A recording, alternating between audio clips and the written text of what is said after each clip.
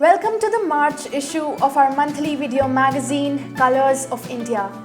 Our journey this month starts with the vividly vibrant scenes of the Festival of Colors, Holi, widely celebrated across India and beyond.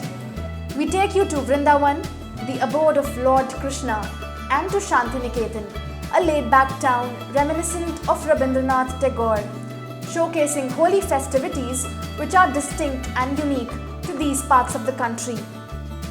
We then move to the sparsely frequented terrains of Rajasthan, where we explore the Rupangarh Fort, a palace reflecting heritage in its true sense. Built in 1648, it is a royal property turned into a heritage hotel. From the royal echelons, we travel to the rural hamlets of Purulia in West Bengal, where a workshop on Chou, an ancient form of storytelling through dance dramas, witnesses a sizable attendance at this time of the year. Off we then go to the forests of Basar in the northeastern state of Arunachal Pradesh to celebrate Mopin, the annual harvest festival of the local Galo tribe, which sees the coming together of locals and visitors. The festival sees ceremonious chanting, folk dances, music and heavy feasting besides traditional fishing, which was held here after years. Our final destination is Cherrapunji in the northeastern state of Meghalaya, a site soaked in rain all year round and the waterfalls of which add to the overall charm of this far-flung parish of India.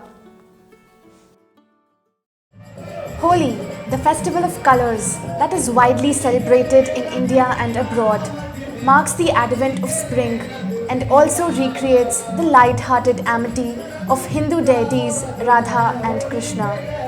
The vivid fervour and vibrancy of the festivities is reflected by the various rituals, familial togetherness and wholesome treats.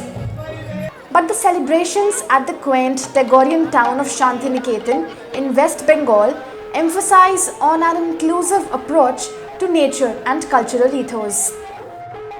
গান, নাচ, আবির, লোকের উৎসাহ এতগুলো একসঙ্গে এক জায়গায় অনুভব একমাত্র আমার মনে হয় শান্তিনিকেতনেই করা যায়।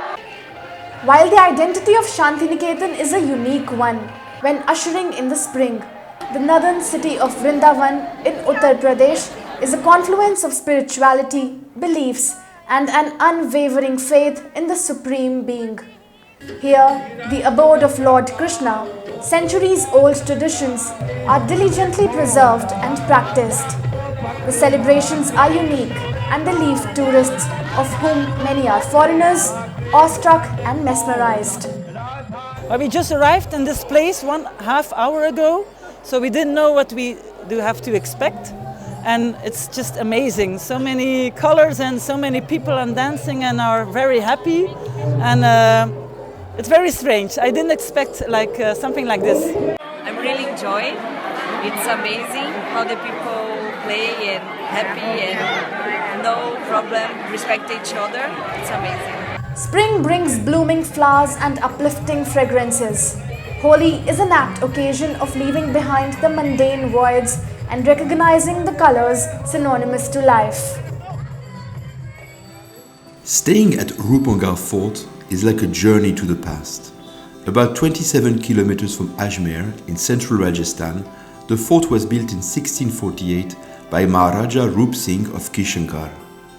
In 1999, the descendant of the royal family, Brajash Singh, opened the fort as a hotel but made a point not to redo it too much, in order to conserve the genuine definition of heritage.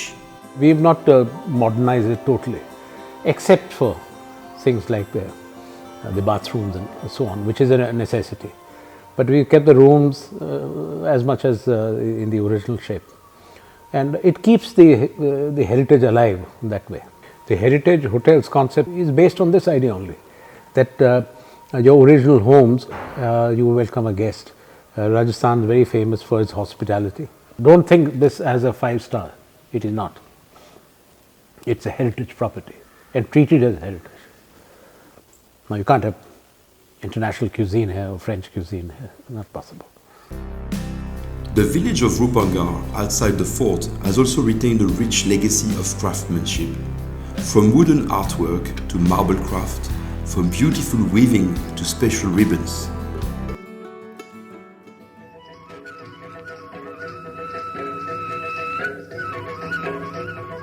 The rural hamlets of Purulia in West Bengal have turned crimson with the advent of spring, turning the Ayodhya hills in the backdrop a contrasting and a humbling sight.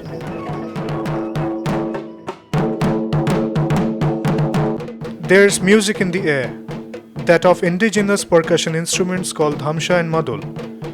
And this is the site of a cultural workshop which is seeing a big participation of the locals, even on the face of acute poverty.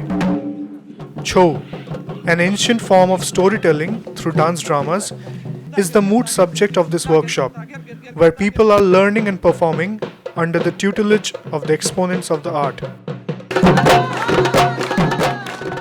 Kartik Singh Murar is taking the masterclass in a village orchard, while his students take notes of the various nuances of the art. 6 মাত্রা 8 মাত্রা 12 মাত্রা 16 মাত্রা Rhythms are very important here. ব্যবহার হয় ঢোল Instruments used include dhamsha, madol, dhol and shehnai. এগুলো আসল বাদ্য What fills the heart with joy is witnessing Chhau at its finest and at its cradle. The vividly colorful masks and gear and vibrant rhythms and beats of dhamsha and madol are perhaps lost to the digital generation. But this local populace's devotion to the art can be gauged by their sacrifices and the urge to respect their roots and their ancestral heritage. Simplicity is the way of life here. The silent sacred forests of Basar in the northeastern state of Arunachal Pradesh saw a coming together of locals and visitors to celebrate the Galo Harvest Festival. GRK, the literal meaning of this is let us,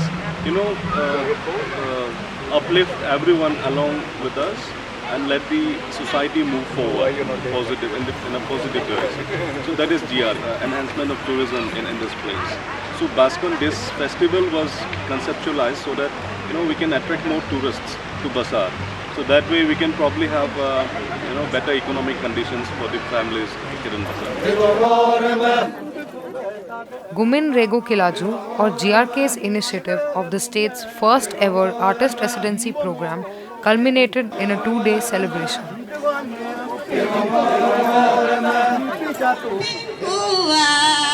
Seven artists had worked for 3 weeks since the beginning of the month, taking inspiration from the surroundings and rich heritage of Basar and the Galo tribe that inhabits it.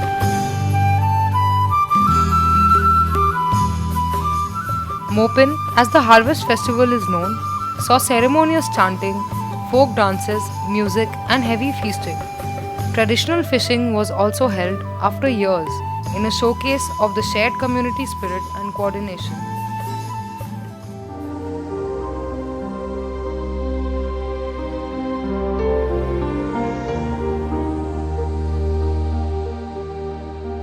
It literally rains all the year in Sohra, or better known as Cherrapunji. The hamlet nestled in the clouds and soaked in purity in the state of Meghalaya is far from being damp.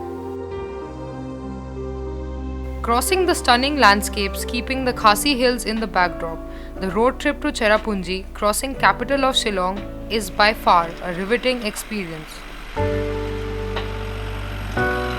There are a lot of places of travelers' interest, which is kind of away from Shillong. Like Mayanlong village is one of the cleanest village in Asia. Places like Cherrapunji, which is definitely used to known as the place where we used to have the highest rainfall in India. With a little luck with the weather, Cherrapunji is a haven of unspoiled sceneries ranging from the likes of Naukalikai Falls, the Indo-Bangladesh border in Doki, the Morling Nong village, or the infamous Elephant Falls.